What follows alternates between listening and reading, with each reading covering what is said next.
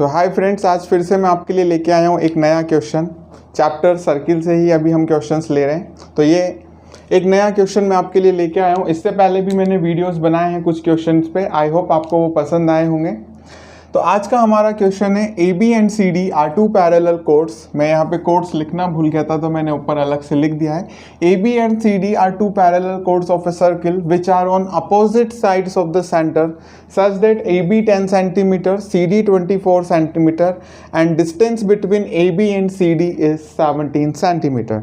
तो पहले तो let's draw the diagram according to the question। हमने एक सर्किल ड्रॉ किया यहाँ पे,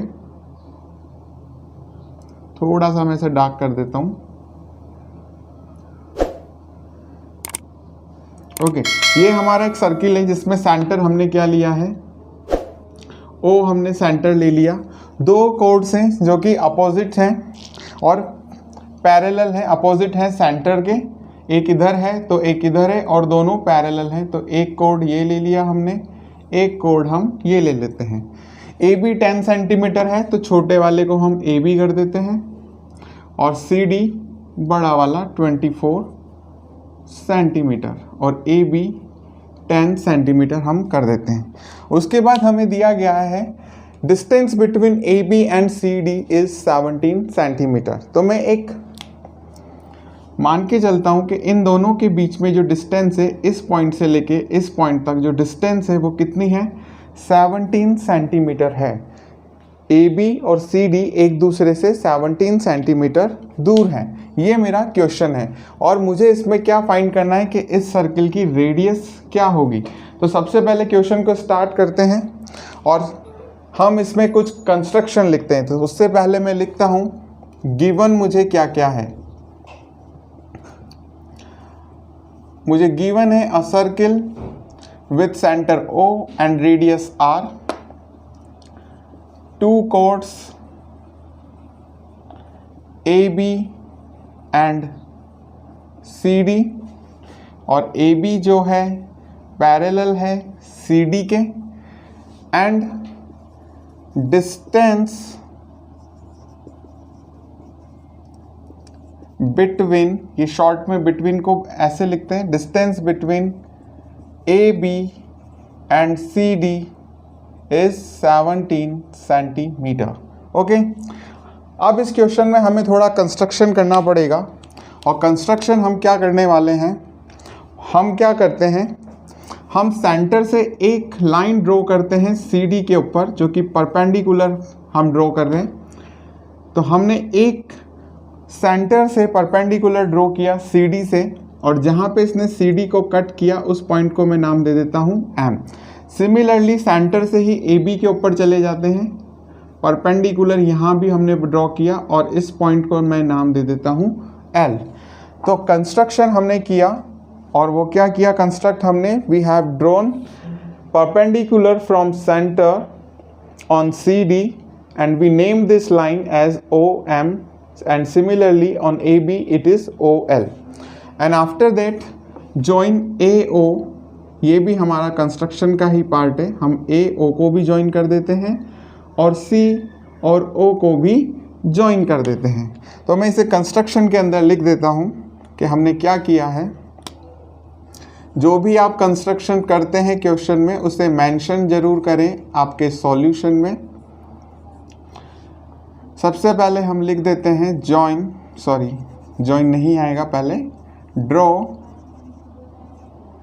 perpendicular OL at AB, at AB and OM perpendicular CD and join AO and OC। इतना कंस्ट्रक्शन हमने कर लिया। अब हमें ये चीज़ समझनी होगी कि ये जो लाइन है AO, ये सेंटर से पास होकर के कहाँ टच हो रही है, सर्किल पे। सिमिलरली OC सेंटर से पास होकर कहाँ टच हो रही है, सर्किल पे। तो ये मेरा क्या हो गई, AO और CO रेडियस हो गए। ठीक है। तो हमने कोई भी सर्किल होता है वो बिना रेडियस के बन ही नहीं सकता, तो हमने गिवन में ही मान लिया था कि लेट द रेडियस आर। तो हम यहाँ पे लिख लेते हैं, प्रूफ स्टार्ट करते हैं, प्रूफ, और यहाँ लिखते हैं लेट ए ओ बराबर सी ओ, ये ए ओ लेट नहीं होगा, A O and C O is equal to the R, that is radius. Okay, ये हमने मान लिया कि ए ओ सी ओ दोनों बराबर हैं और दोनों क्या हैं, रेडियस हैं, और जो कि हमने आर मान लिया। अब मैं यहाँ पे ध्यान से देखूँ तो मुझे दो ट्राइंगल्स मिलते हैं, एक तो ए ओ एल और दूसरा मुझे मिलता है सी ओ एम। ओके, तो ये दोनों ट्राइंगल्स को अगर मैं ध्यान से देखूं तो ये 90 डिग्री ट्राइंगल्स हैं, और 90 डिग्री ट्राइंगल्स के अंदर मैं पाइथागोरस थ्योरम अप्लाई कर सकता हूं। तो पाइथागोरस थ्योरम के लिए मुझे क्या पता होना चाहिए, कोई सी भी दो साइड, और मुझे फाइंड करनी है ये वाली साइड, रेडियस मुझे फाइंड करना है। तो मेरे पास ये दोनों साइड हो जाएं तो मैं ये फाइंड कर सकता हूँ।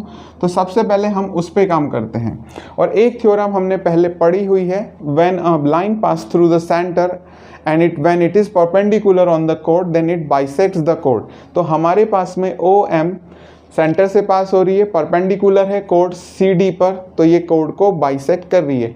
Similarly O L A B को बाइसेक्ट कर रही है। मैंने थ्योरम पे भी सारे वीडियोस बनाए हुए हैं, हर एक थ्योरम पे एक अलग से वीडियो बनाया हुआ है, मैं डिस्क्रिप्शन में लिंक प्रोवाइड कर दूंगा, यहाँ आई बटन भी मैं आपको दे दूंगा। आप प्लीज़ जाइए, थ्योरम्स के वीडियोज़ भी वॉच करिए, आपको बहुत अच्छे से ये चैप्टर समझ में आने लग जाएगा। तो सबसे पहले मैं यहाँ लिखता हूँ प्रूफ में, अकॉर्डिंग टू द थ्योरम,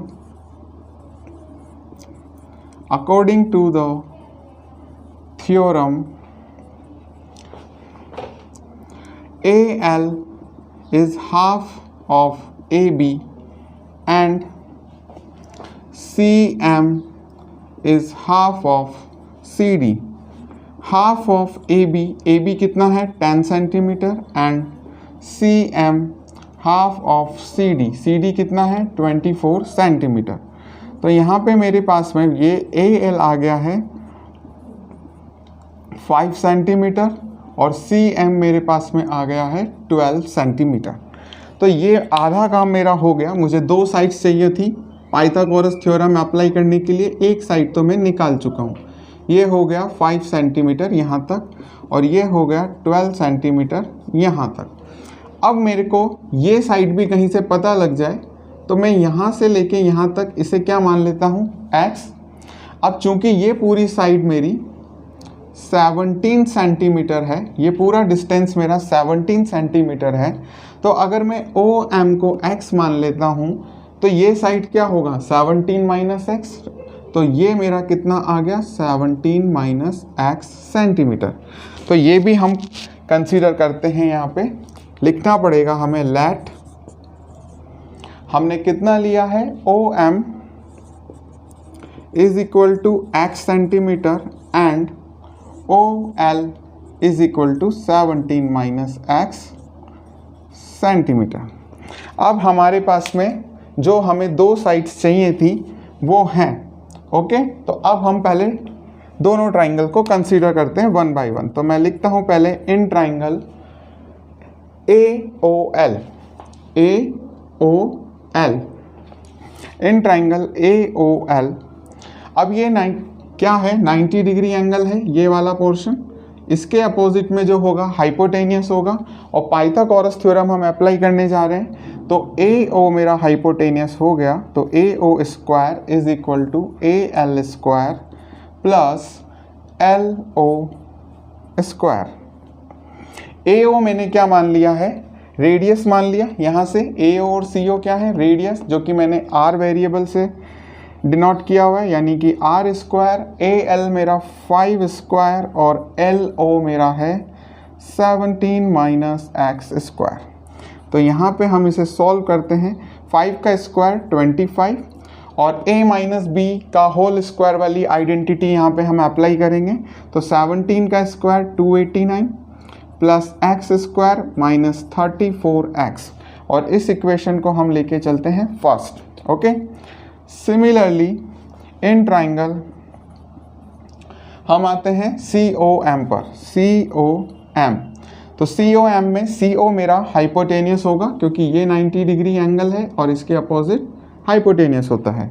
तो CO square is equal to the OM square plus CM square. CO मेरा रेडियस है यानी R स्क्वायर और OM मेरा कितना है X स्क्वायर प्लस CM मेरा 12 का स्क्वायर यानी कि X square plus 144 R square. इसे हम इक्वेट करते हैं इक्वेशन नंबर 2। अब हमें ये पता है कि किसी भी सर्किल में रेडियस किसी भी पॉइंट पे आप ड्रॉ करें वो हमेशा बराबर होंगी। तो ये 5 सेंटीमीटर है तो ये भी 5 सेंटीमीटर, ये 10 सेंटीमीटर है तो ये भी 10 centimetre, both are radius of the circle. तो ये R इस R के बराबर होगा। तो यहाँ पे जो R स्क्वायर हमने निकाला है और यहाँ पे जो R स्क्वायर हमने निकाला है वो दोनों क्या होंगे, बराबर होंगे। तो हम इन दोनों इक्वेशन को एक दूसरे के बराबर इक्वेट करते हैं। तो हम यहाँ लिखते हैं 1 इक्वेशन 1 इक्वल इक्वेशन 2। इक्वेशन 1 मेरे पास में है 25 plus 289 plus x square minus 34x, ये वाली इक्वेशन 1। और ये किसके बराबर होगी, इसके बराबर, ठीक है। तो मैंने यहाँ पे लिखा एक्स स्क्वायर प्लस 144। पहले हम दो नंबर हैं यहाँ पे 289 और 25, उन्हें ऐड कर लेते हैं। तो 9 5 14, 8 2 10 कैरी 1 11, 3 1 4 ये हो गया है x square minus 34x is equal to x square plus 144। अब हम क्या करते हैं, एक्स स्क्वायर से तो एक्स स्क्वायर कट हो गया, ठीक है। और ऐसे नहीं समझ में आया तो ऐसे समझते हैं, ये प्लस एक्स स्क्वायर जब इक्वल टू के उधर जाएगा तो माइनस एक्स स्क्वायर हो जाएगा और माइनस एक्स स्क्वायर और ये प्लस एक्स स्क्वायर आपस में क्या होंगे, कट। तो हमने डायरेक्टली इनको यहाँ से कट कर दिया। अब मैं 144 को नेक्स्ट स्टेप में इस साइड ले आता हूँ और 34x को उस साइड ले जाता हूँ। तो 314 minus 144 is equal to 34x। Minus था, इक्वल टू के उधर जाते ही प्लस हो गया, माइनस साइन प्लस में बदल गया। इनको माइनस करते हैं तो 4 में से 4 माइनस किया आपने 0 हो गया। यहाँ पे 1 है, कैरी लेना पड़ेगा 11 में से 4 जब आप माइनस करते हैं 7, यहाँ पे 2 बचे, 2 में से 1 माइनस करा तो 170 इक्वल टू 34x। अब जब 34 को हम इधर ले आते हैं 170 माइनस के 34, तो ये मेरे पास में आता है x is equal to the 5। यानी कि मेरे पास में जो x की वैल्यू आई है वो कितनी आई है, 5। और इसे मैं मान के चलता हूँ थर्ड, इक्वेशन थर्ड। अब इस इक्वेशन थर्ड को हम कहाँ पुट कर दें कि हमारा आंसर आ जाए। तो हम अगर ध्यान से देखें तो हमारे पास में इक्वेशन 2 में एक्स स्क्वायर है और यहाँ से हम वैल्यू निकाल सकते हैं r की। तो मैं इक्वेट करता हूँ, put equation third in equation 2। तो x इज इक्वल टू 5 है, पहले मैं इक्वेशन 2 को लिख लेता हूँ और वो क्या है मेरे पास में, r square is equal to x square plus 144। तो x क्या है मेरा, 5। तो r square is equal to 5 square plus 144। r square 5 का स्क्वायर कितना हो गया, 25 plus 144 and again r square is equal to 25 plus 144 होता है 169। अब जब r के ऊपर स्क्वायर है, इस स्क्वायर को हम इक्वल टू के उस साइड अगर भेजेंगे तो ये बन जाता है रूट। तो यहाँ पे r हो गया और ये हो गया under root 169 which is r is equal to 13 centimetre. तो इस तरीके से हमने इस सर्किल की रेडियस को निकाली है और वो कितनी है, 13 centimetre. So radius of the circle मैं अलग से यहाँ पे लिख देता हूँ, रेडियस हमारे पास में कितना आया है, 13 सेंटीमीटर। आई होप आपको ये क्वेश्चन समझ में आया होगा। देखो मेरा पूरा कंट्रोल आप ही के हाथ में है। आपका मन करे जब आप मेरा वीडियो पॉज करिए, वापस से देखिए जहाँ से समझ नहीं आता है, बार बार देखिए, आपको समझ में आएगा। और please do not forget to like, share and subscribe, and please comment करके मुझे बताएं आपके और कितने डाउट्स हैं। मैं बिल्कुल अपने वीडियोज़ में उन्हें सॉल्व करके आपको बहुत अच्छे से समझाऊंगा। Okay, thank you.